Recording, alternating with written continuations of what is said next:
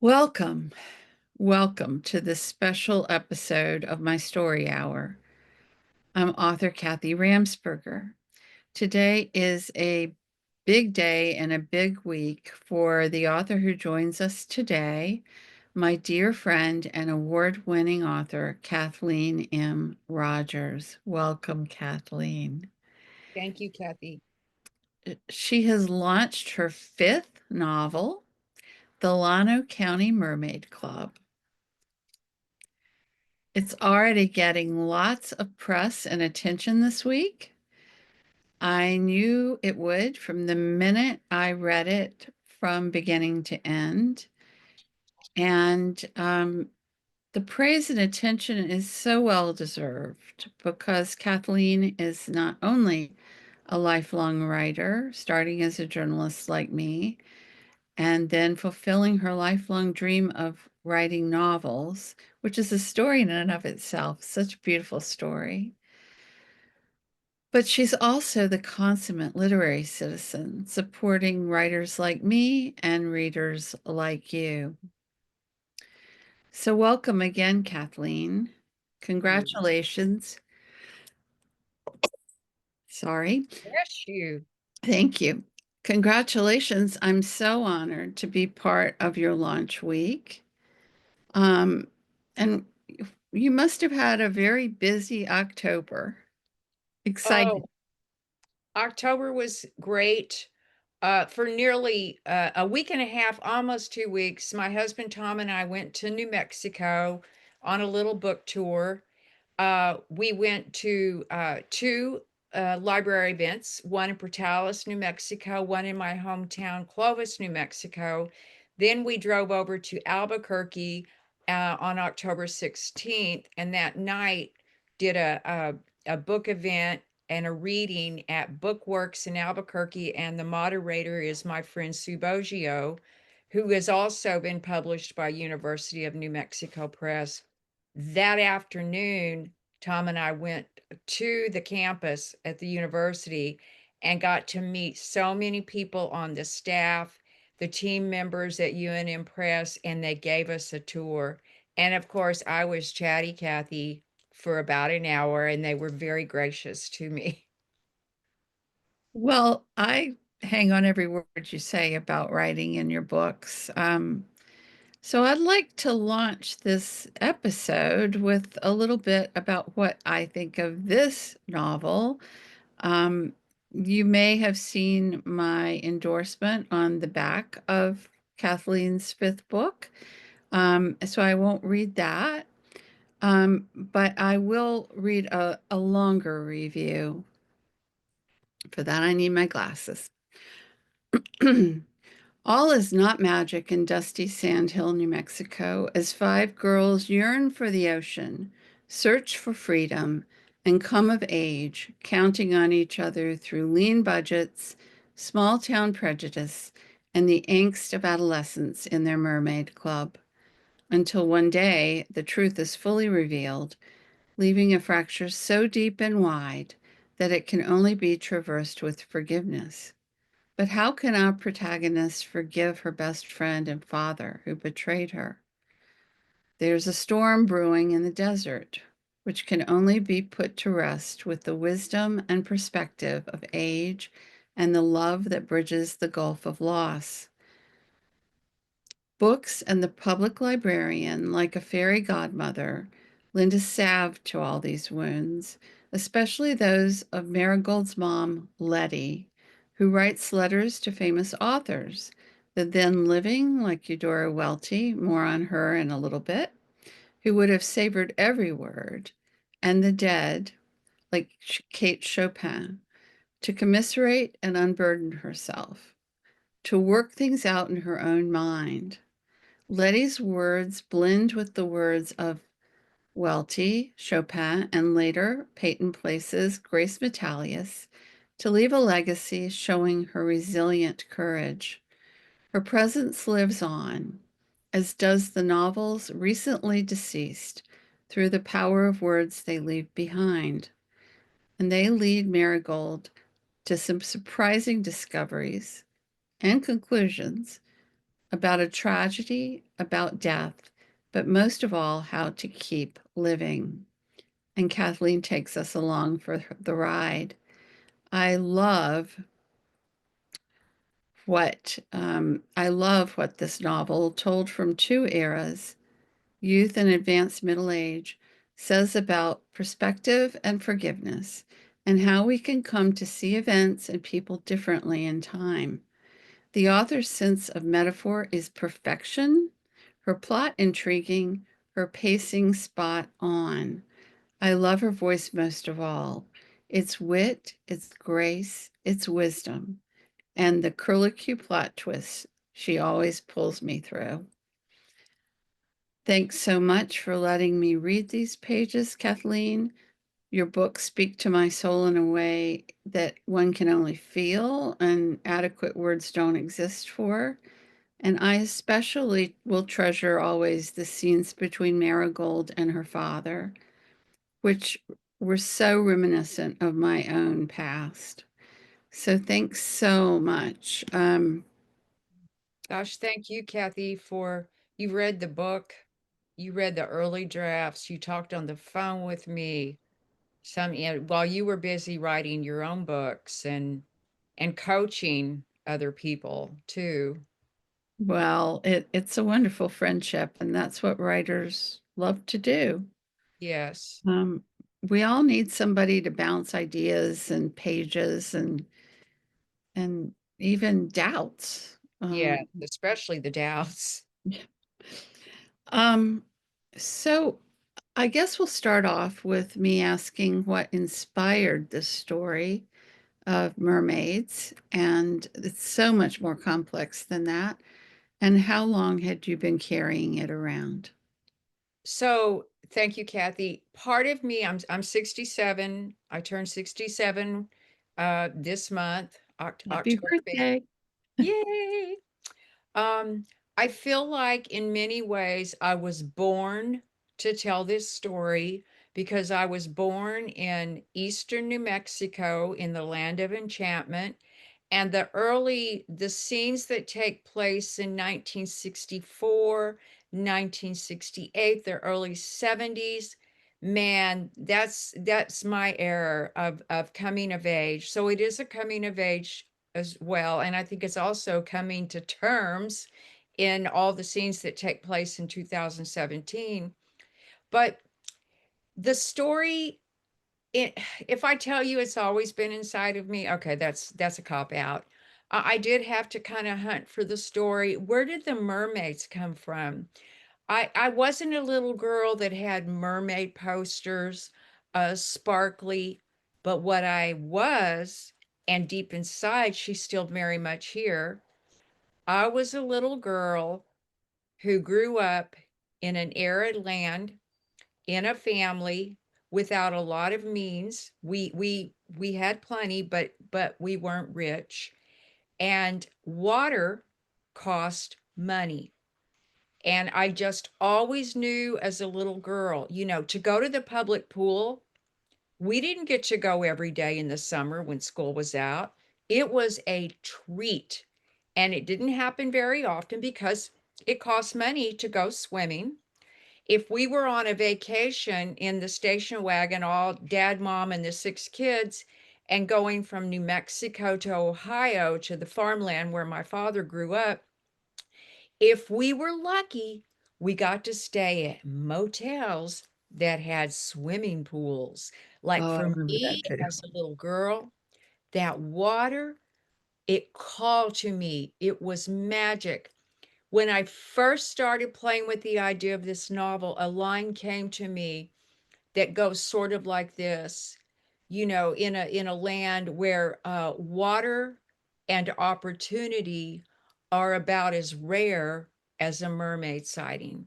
When Mm. that line came to me, I knew, okay, let's go with set it in New Mexico, especially the eastern side, and water and lack of water is a big theme, along with so many other things. But so in a way, Well, uh, the land comes alive in your novels.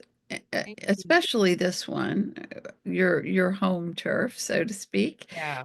and family. Family comes alive in your books too. I love that about anything you write. Um, and magical realism is the third Oh, element you do so well. thank you. And like I always say, I just told someone this yesterday. I I love to use magical realism and drop that element into my story, but I kind of always leave it up to the reader. I let the reader decide, like, did that happen? Did she really see that? Did he say that? That's up to the reader because sometimes even I'm not sure. And it's just like in real life. Mermaids. Mermaids are a mythological creature. We can't, well, some people maybe they've seen them. I've never seen a real live mermaid, but it doesn't mean they don't exist. Exactly. Other people have supposedly seen them, the sailors back in the day. Mhm. Um, and I want to piggyback on what you said about real life. You were starting to say it's very similar in real life. The times that I feel like I've had sort of a spiritual moment, it's almost like, did that really happen? Yes. Did I imagine that? Right, when Um, you get that little tingle on your skin, wind blows through the trees, a bird, a specific bird lands staring straight at you, or or it could be a lizard on a fence and you and that lizard are communicating in whatever. Um, it's those moments where we really don't know, but that's the thing about being human. We really don't know. And I think that's what writers, we're always searching, you know. right, absolutely. Mhm. So the thing I marvel at most, even though there's so much more that I've already mentioned, how do you come up with such perfect character names? Do they just pop in your head? Sometimes, sometimes they come to me, and other times it's like a character, the name of the character grows with the person. Like as the person starts becoming born within me or appearing, the name is so important. Just like our names. Um, when we're little babies, we're at some point our mothers, our parents, our loved ones call us by our name. It's just like our pets, especially our dogs. Yeah. Um, my dogs certainly, my dogs I've had over the years, they know their name. There's something about names. And sometimes in this book, particularly, there's three Hubbard sisters: Clover, Marigold, and Tansy. Marigold's our narrator. Then their two best friends are Ruthie Romero and Melody Calloway. This doesn't give anything away because it's something I did when I was writing the book, but I assigned colors to those main characters. And anytime I was scribbling, and I can't draw, I gave birth to a visual artist, my eldest son. He makes a living at being a graphic designer. I can draw stick figures. I can draw a building that's the square with the little pitched roof and a flower, two leaves and I guess maybe a tulip or whatever. But I used colored pencils left over from my son's childhood. They're 40 and almost 38. But when I assigned colors for the main five for the girls, they would come alive for me every time. When I thought of Clover, I thought of green. You're wearing green. When I thought of Marigold, I thought of gold or yellow. And yes, she's kind of a dishwater blonde. When I thought of Tansy, the flower, I thought of a blue. Ruthie Romero, for some reason, Ruthie came to me as red, like a ruby. Her name's not Ruby, but she came to me as red. And then Melody's a ginger. She came to me in that rusty or orange color. And so those five colors, and then Letty Hubbard, uh, the three sisters' mother, Letty, who plays such an important role in this book. When she first came to me, I saw her as Mm. gray, almost lead colored. And as her character arc grows and Letty finds her autonomy, Letty becomes, how do I say, almost effervescent. Um, of course, I couldn't find a color for Letty because Letty, in a way, Letty didn't need that color. She found her way. And that's, I don't want to Ah. give away any spoilers. So her character arc is probably my favorite, and what you had to say, or what Letty had to say about being a mother, the Yes. good, the bad, the ugly, and I don't think I'm giving anything away with Yeah. that. She's so human, and my heart went out to her as I read her journey and was very glad for her. Thank Um, you. Letty came to me a little bit later. The girls started coming to me first. And, that and makes sense because they yeah, drive the plot forward. I right. think she's what she has to say about what books did in her life, though, are Yes. what made me resonate with her the most, I think. That and the fact that it hasn't been all that long before my children flew the coop, Yes. and and I could still almost physically feel what it must have been like to have a lot of children and just you to count on. That Right. Right. And for Letty and anyone who's either already read the book, if you got early copies or you're just getting the book now, Letty finds her agency, although that term wasn't used back in the early 60s, at the public library. And the librarian is Miss Mavis.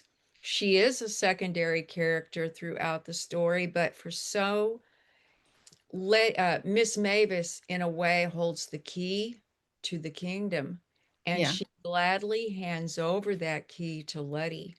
And that key is there in the public library and books.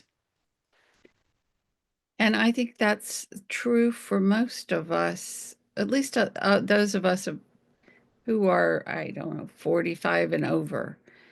The library helped us. You think it's even more so because my kids loved the library, and but then they had me as their mother. But it helped me travel. And I Yeah. don't mean just to other countries, but it made me feel, and I wouldn't have been able, we couldn't have afforded all those books the library lent me, nor would I have had the librarian reviews of books, or I think you'll like this one, and pulling it Mhm. from the shelf, which Miss Right. Mavis does. So, um, speaking of writers and librarians, I'm going to read just a bit about how Letty finds Eudora Welty and a letter that she writes to her. There's a little bit of a secret here, and um, I'm not going to let on for that. But I said I was going to read it. Hold on just a minute. There it is. Um, so I'll let the letter speak for itself. And this is Letty, chuckling to herself. Her fingers made the keys go tap, tap, tap. I loved that. Anybody that's ever tapped on a typewriter can hear that sound. She stopped, cleared her throat. hit the metal carriage return handle, and typed some more. This one went on another minute or two before she sighed, cranking the roller knob that clicked as she slid the paper out of the typewriter. And that's how Eudora Welty wrote, too, putting her onion skin into the typewriter, typing it, taking it out, striking through some of it, putting it back. And I saw that when I visited her home in Jackson, Mississippi, that's now a museum. This is back to Letty. Scooting back in her chair, it scraped against the wood floor. She held the paper in front of her, picked up a pencil, and began to read her work out loud. Dear Miss Welty, oh my stars, her daughter is thinking. And that was such a great reaction, too. Um, but so typical of a daughter, a little bit embarrassed, a little bit in awe that she's writing to a favorite author. So here's Letty again. May I call you Eudora? My name is Letty Bishop Hubbard. I'm writing to you from Sandhill by the sea, a dusty burg located on the Atchison, Topeka, and Santa Fe Railroad line, where the tide went out 80 million years ago and never came back. My family lives near the train tracks and down a couple blocks from the depot. The sound of passenger and freight trains are so common sometimes I tune them out. But yesterday when I heard a train whistle, oh, something came over me. It's like I've been deaf my whole life. And all at once, I could hear things in that whistle that lifted me up out of my dreary backyard and set my imagination aflutter. While I liked your title story, A Curtain of Green, in your collection published in 1941, I must tell you that an overgrown garden of green plants could never happen here, at least not in my backyard, except for a large sycamore tree growing near the back of our house and a giant cottonwood in the lot behind us. Our yard is mostly a wasteland of dirt and weeds. Out here on the high plains of eastern New Mexico, rain is a rare occurrence. Water is a precious commodity at my house. My husband Dorian is a tightwad, especially when it comes to the water bill. You might call him the water miser man. Sounds like a story you might write. That's what your stories do. They pick me up and plant me smack down in the middle of somewhere else. Smack dab is my southern talk. Even though I live in the Southwest and you live in the South, you write about regular folks like me. And that's what Kathleen's book does. You're there in that backyard with Letty. You're there with Letty, click, click, click on the typewriter. And that sets the tone of the whole book. That home. Thank you for reading that excerpt from the letter. For everyone out there, Kathy Ramsperger met Eudora Welty, got to hear her talk when Kathy was a student at Hollins University. Then Kathy has visited, I think, twice at Eudora Welty's home, which, as she said, is now a museum. And while I was writing this book, the idea of Letty, when that idea first came to me, the first author Letty wrote to in the book, doesn't really give anything away, is Eudora Welty. And this is a newer version of her, the big collection with many, many short stories. But Kathy talked to me through, hey, I love the idea that Letty would write to Eudora Welty. And at that time, I'm like, Letty lives in New Mexico, Eudora Welty's in Jackson, Mississippi. And then that to me is the beauty of connecting. How does the South and the Southwest connect? And also stories, storytellers storytellers are everywhere, all over the world. One culture doesn't get to claim, or one region of the United States doesn't get to claim that they're the best storytellers. Storytellers are all over the world, in every country. They are. And their books are bridges between not only the authors, but between anybody that picks it up and cares to read the pages. So, did you have a favorite literary female that you enjoyed most about researching and writing for this novel? I think the author that really all the authors that Letty read, all the writers, the books helped her. But the one writer was Kate Chopin, who wrote The Awakening. Is that backwards on the screen? No, it's perfect. Okay. And Thank this you, is, Zoom. yeah, this is the little paperback that I've read multiple times. If you haven't read The Awakening by Kate Chopin, I highly recommend it. And I didn't read it when I was younger. I was afraid to read it, like so many of the classics. I either didn't think I was smart enough, or I thought, oh, that happened 100 years ago. It won't resonate with me. Oh my gosh, how wrong I was. This novel originally came out in 1899. Kate Chopin died in 1904. Kate Chopin, the author, I believe, was originally from Kentucky. She ended up in Louisiana, and she was the mother of six children. My mother had six kids.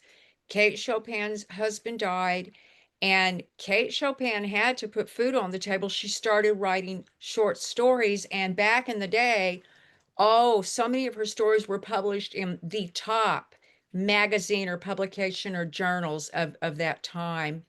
And her stories are delightful. And then The Awakening was her novel that when it came out, oh my gosh, it's sort of like when Peyton Place came out in the late 50s in the United States. Oh, it was scandalous. It was just scandalous for a woman to have dreams and to think about other things.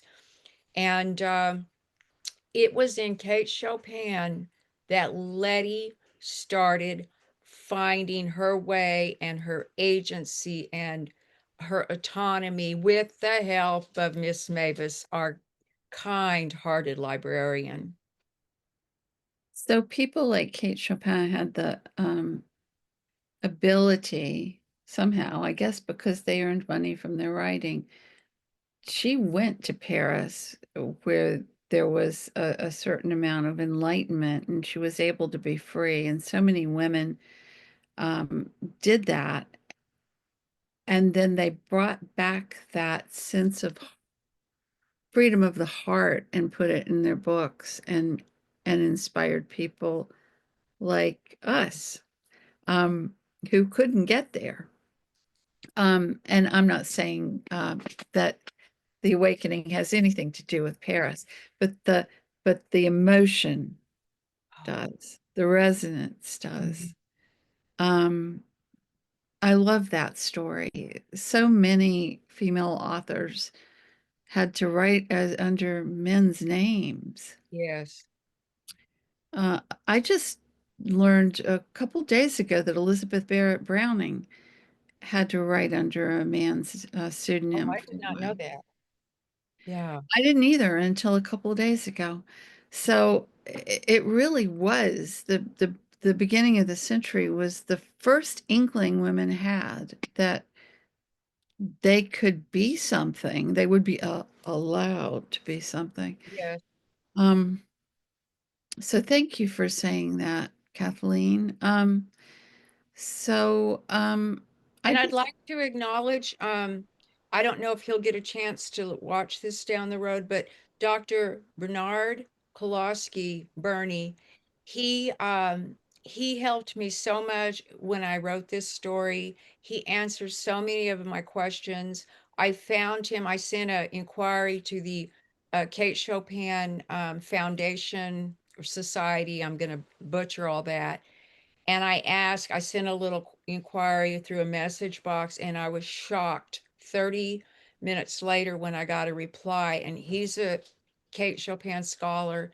He's been so good to me. I got an email from him last night, and his copy of the Llano County Mermaid Club had arrived at his home. And his wife, Monique, she's originally from France, she grabbed her copy and started reading it. They've both read the original draft, so it'll be fun to see what he thinks. But he helped me so Probably, I'm much, sure he's gonna love it. which helped Letty because of knowing so much about the novel that was pretty much banned and shooed away for decades.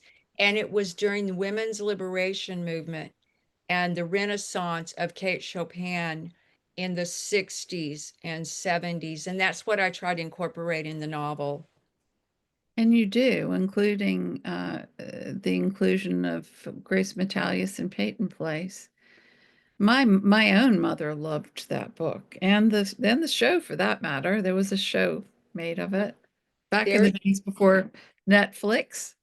there's Grace Metalius at her typewriter in her jeans, flannel shirt, hair pulled back in a ponytail. I love that picture of her. Then I end up reading a biography about Grace Metalius. But the thing that got me, I'd never read Peyton Place. I never even saw the show way back. But I read it while I was writing this book, and I was shocked at how Grace Metalius, the woman, a mother of three who died in 1964, I think she was only 39 years old, how she was shamed and talked about in this small town where she lived in, not Connecticut, I forget, New Hampshire, somewhere back there. But New England. people, New England, thank you. It's New England, couldn't, thank you. I have word retrieval again. People hadn't even read the novel. They really didn't know what she was writing. But that's I incorporated that and it through and gave that to Letty. I see that today where people make assumptions about others, and it's human nature. We assume it's so easy to assume something when half the time we're just wrong. And It's true. It used to be there were scarlet letter women, and now it's blame everywhere. And that's why your uncovering of such a thing in this book, without saying more, is going to help a lot of people. Read this book, everybody. thank you. Um, and I just a couple of more questions. Okay. Time flies. How old were you when you first saw the ocean? Can you tell us about the feeling? I was either entering sixth grade or fifth grade. My family that summer, we drove our family station wagon to Oregon instead of Ohio. My great aunt and uncle lived up there about a mile off the coast in Brookings, Oregon. The first time we saw the ocean, it was so vast and so big, and I was, a little girl. I was scared. I was scared of it at first and just overcome because to me, it may sound corny now, but it was almost like seeing God for the first time. It was so vast, so powerful. Infinite. And then we, jumping around in the sand and the water. And I'll never forget that first time a splash of seawater and the salt, the taste of salt on my tongue. And my siblings have their own similar stories. Um, I think, can you imagine being on that beach, growing up on the beach and the ocean, and you see this family of six tow-headed kids and mom and dad and just a bunch of kids running towards this ocean and screaming memes because, hey, it was new to us. I don't think that that was as uncommon as it might seem now because people didn't fly. I don't know about you, but Yeah. I flew for the first time when I was 18 years old. I just Mhm. happened to be close enough to the ocean to get to it once in a while, Right. but to have never seen it by a certain age, even if you're still a child, it must be even more glorious. There's And I something about wanted to give that longing to my characters of not just longing to see the ocean, longing for the sea. We Mhm. all, part of being human and through our whole life, we're always longing for something. We're Longing for longing. something that we're not getting too. Yeah. Which Yeah. happens a great deal in this novel. And it's not a big, so many people say, "Oh, what's my life purpose?" or "What will I leave the world?" These days we have grand ideas. But back then it could be something like I long to taste the ocean water, you know. Yes. Yes. Um, so I thought about that the whole time I read this book about longing for that water. Um, just like Barbara Solver's Demon Copperhead, I wrote you an email about that. It was a synchronicity that I was reading it at the same time I was reading yours. And there are just a lot of similarities between Maddie and Oh, Copperhead.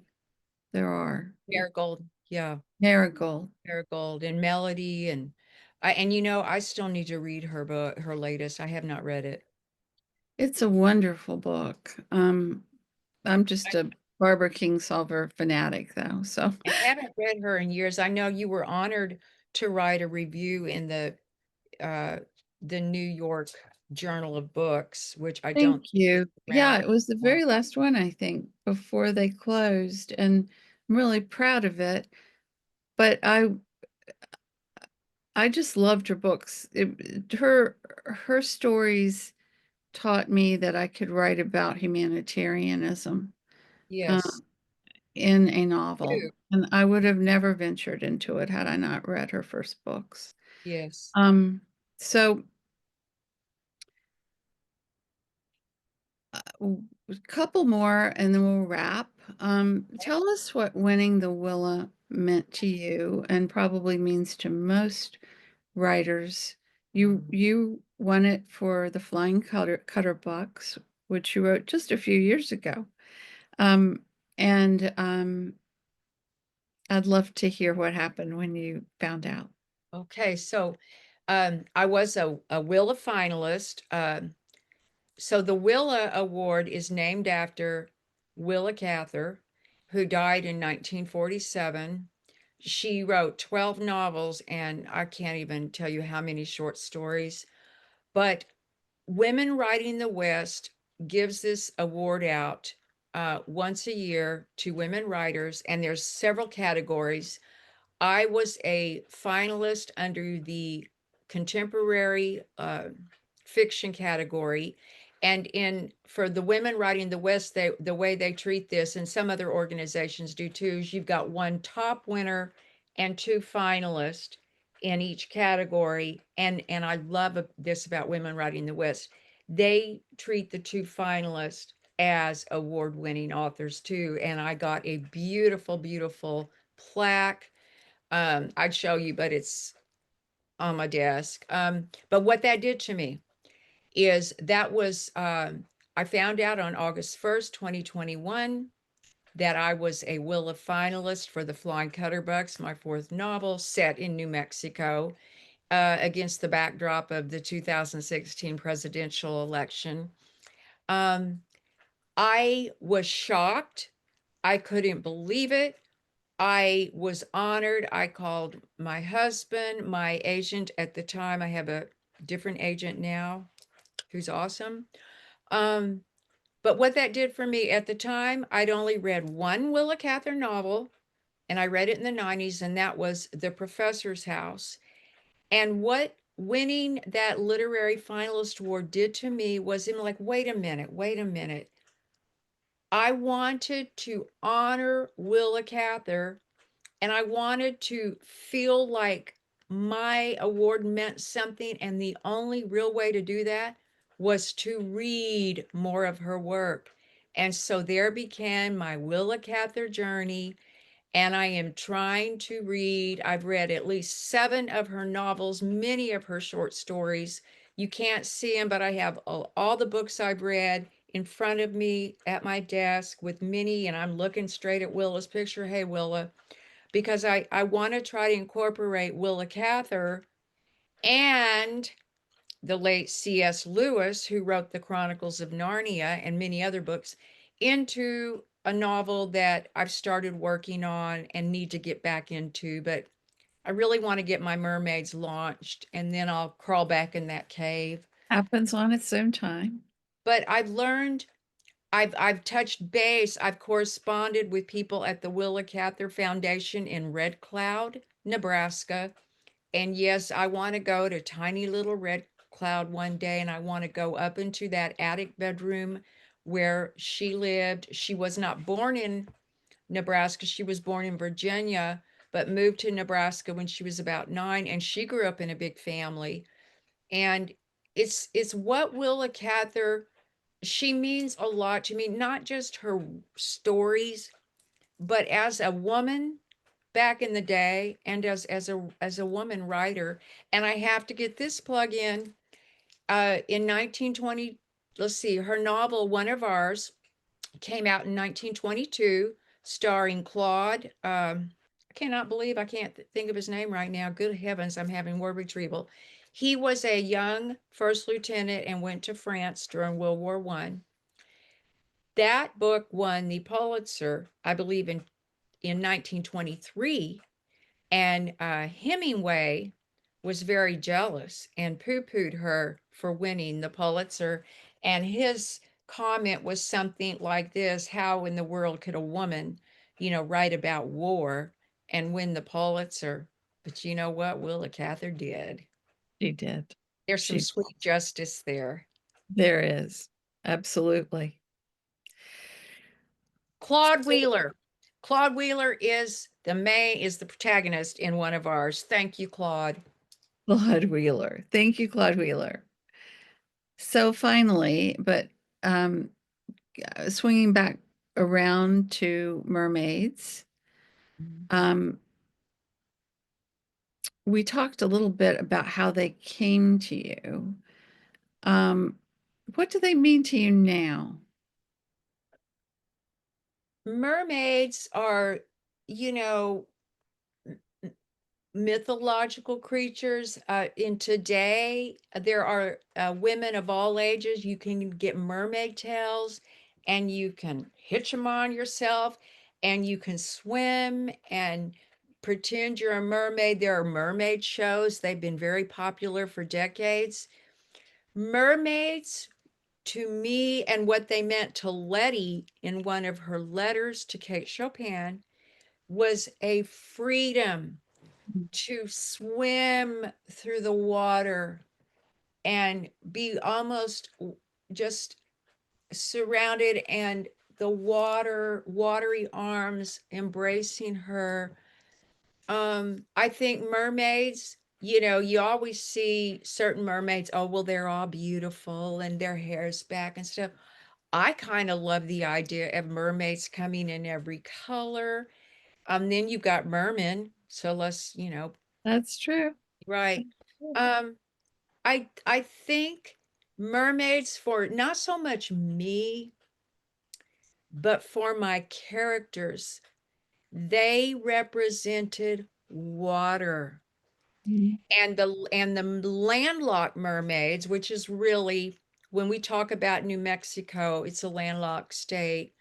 My mermaids were landlocked, and Letty the mom, is the first one to really, I want to give away the magic, but she's really the first one who addresses that in chapter 8, called Calling of the Mermaids. So I think we've uh, uh, gone over most of what I have, but we could talk all day about your writing and your characters. You've outdone yourself with this novel, Kathleen, and Thank you so much. congratulations again. Thank you. Anything else you want to say to the audience? And where can people find you? Okay, and just like all of us authors nowadays, we all know you just do your search engine, put the name in. I did want to read. So in all of my novels, I usually do a dedication to a person, but this book is dedicated to loved ones still swimming through my mind and others because some memories still hold water. And I think as a writer, I feel very honored to be able to. This book is finally out. I'm so honored by the fact that University of New Mexico Press gave it such a good home. But I think for readers, for writers, stories connect us.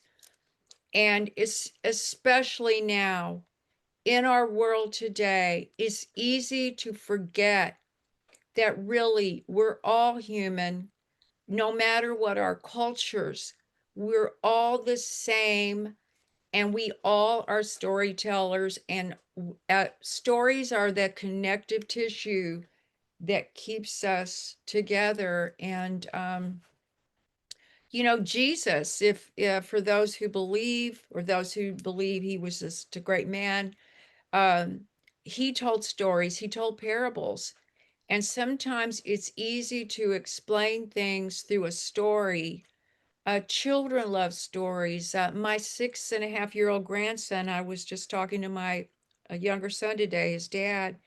My grandson Colton is so excited to be reading. He's in first grade, and he just got his first three books from Scholastic Book Fair, and so excited to be reading them together with his mom and How dad. special that his grandmother had a book come out the same week as his first Scholastic books. He must just think you hung the moon, Kathleen Rodgers. Oh, well, I haven't seen him in a few weeks. He got a home run last night at Coach Pitch. So Yay, he cool. also I also tell him he went through a bit of a slump. He's very gifted like his dad when it comes to sports when my youngest son was little.